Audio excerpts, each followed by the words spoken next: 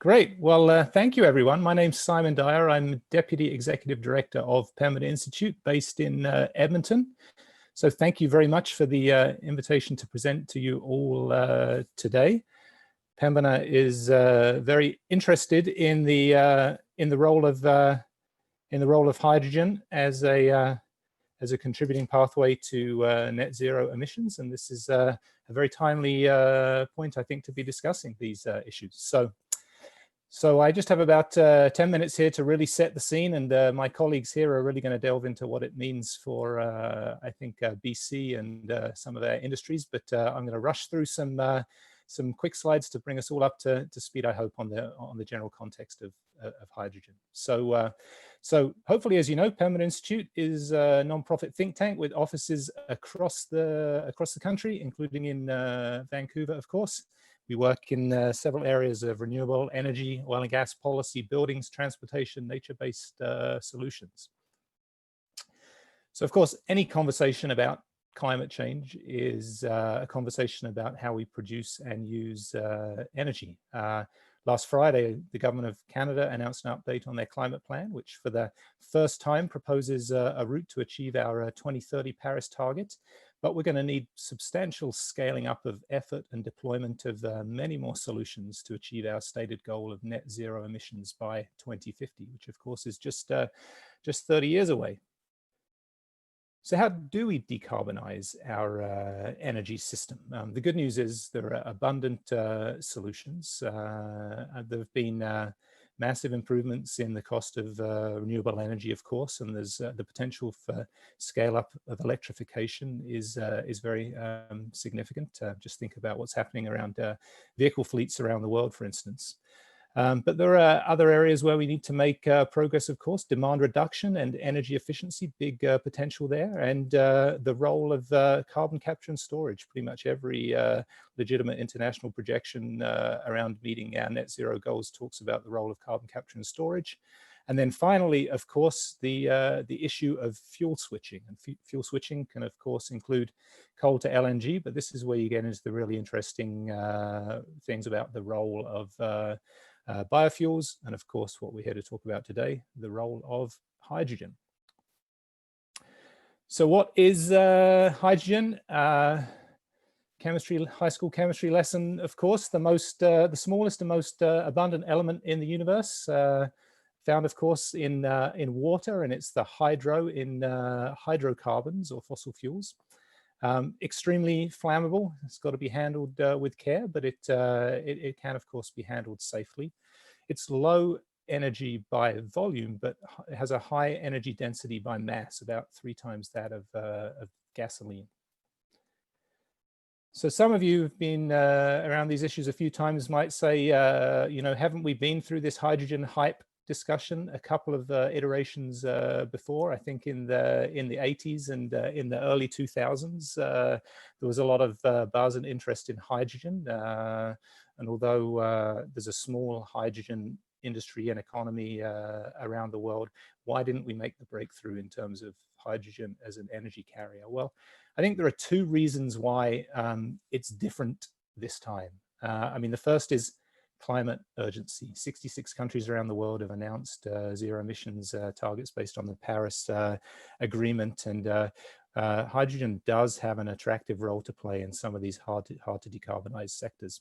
The second one is a technology one. I mean, as I'll get to, hydrogen can be produced in different ways, but the rapidly falling cost of renewables and increase in electrolyzers, which is one way to produce hydrogen. I mean, obviously, you've seen an 80% renewable energy price decrease over the past decade and a 55-fold growth in electrolysis capacity. So there's a good chance that this year, this time, it's different. So where do we use hydrogen currently? As I say, I mean, we do have a hydrogen industry, and Canada is a leader here. It's a versatile industrial feedstock, of course. It's used in oil refining, ammonia production to produce fertilizers, and methanol productions. But what we're really interested in as a growth area is this idea as a fuel, and it's attractive, of course, in that it burns with zero emissions. So where can you use hydrogen as a fuel? It both complements and competes with direct electrification, but seems to have the most benefit in hard to decarbonize sectors, such as long-haul freight, high-grade heat in industry, or heat and power in buildings. Obviously, airlines are also interested in it as a potential energy source. It also supports renewables in terms of being a way to store seasonal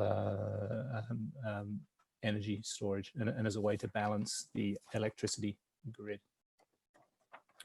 So how is hydrogen produced? And there's a sort of nomenclature here. People use a shorthand and call hydrogen different colors. I think over time we'll see a transition to just talking about carbon intensity, but basic way to produce hydrogen is from natural gas or other fossil fuels through a process called steam methane reforming, and that gives you what's known as gray hydrogen.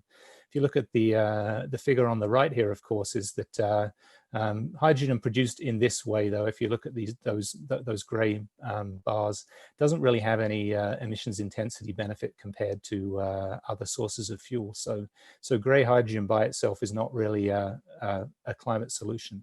But where things get interesting, of course, if you're actually able to capture and store the carbon dioxide that's produced through the steam methane reforming process.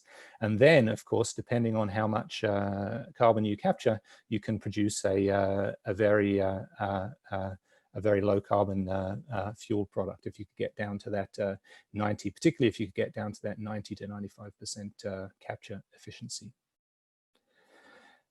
Green hydrogen is produced either from renewable electricity or biomass. So on the right here, you can see the electrolysis process whereby renewable energy, hydrogen, solar, wind, with the addition of water in the process here, as you can see, can produce green hydrogen.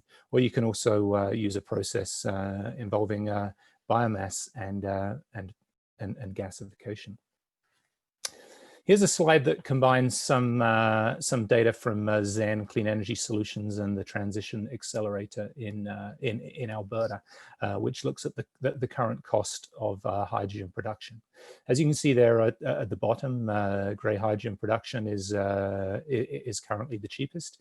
When you add on the mitigation associated with blue hydrogen, you can see it's more costly, but Canada is currently producing some of the lowest cost blue hydrogen in the world. And then the different green hydrogen production methods, of course, except byproduct hydrogen, are more expensive. But it's reasonable to assume, and obviously there's been a strong trend that all these costs are dropping quickly. Hydrogen can be stored as a gas or a liquid, or even with materials in solid form, and it obviously can be transported long or short distances. It's harder and more costly to transport than oil and gas, but obviously can be moved in trucks, trailers, pipelines, and through marine shipping. So how big is the opportunity here? The Hydrogen Council, which is a global trade body, says that we could be looking at 18% of global energy demand could be supported by hydrogen by 2050. I mean, there are no silver bullets in climate and energy policy, but there is a significant potential role for hydrogen to play, particularly in these hard to decarbonize sectors. And this is obviously a conversation that is happening around the world. This just give you some idea of global hydrogen strategies or investments that are taking place. I mean, some noteworthy ones here. The European Union's hydrogen strategy includes 45 billion euro investment in hydrogen infrastructure. China talks about 1 million fuel cell electric vehicles by 2030, and California is building out a significant network of hydrogen stations, just to give you some examples. And of course, this is also a live conversation in Canada. We're expecting the release of the federal government hydrogen strategy very soon, potentially this week.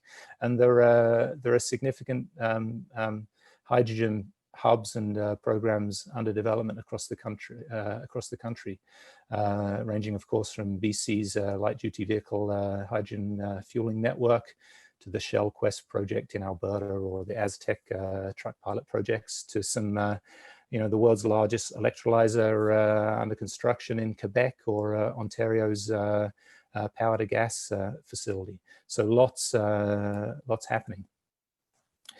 But of course, there's still a lot to be done, and I would expect, you'll see a lot of this in the government's hydrogen strategy. But we still need to develop consistent standard codes and regulations for different elements of the hydrogen system. We need to look at identifying regionally specific solutions around hydrogen. Obviously, Canada has different feedstocks and different regional solutions and needs. And we really do need to develop policy frameworks to incent low carbon hydrogen production and stimulate demand. Policies that were announced last week, like the steadily increasing carbon price, and more details around the clean fuel standard, will obviously help incent hydrogen production too. All in all, that'll help us develop different pathways to clean hydrogen competitiveness. So that's it. That's my very quick whistle stop around hydrogen, and hopefully my other presenters will help build on that. So thank you.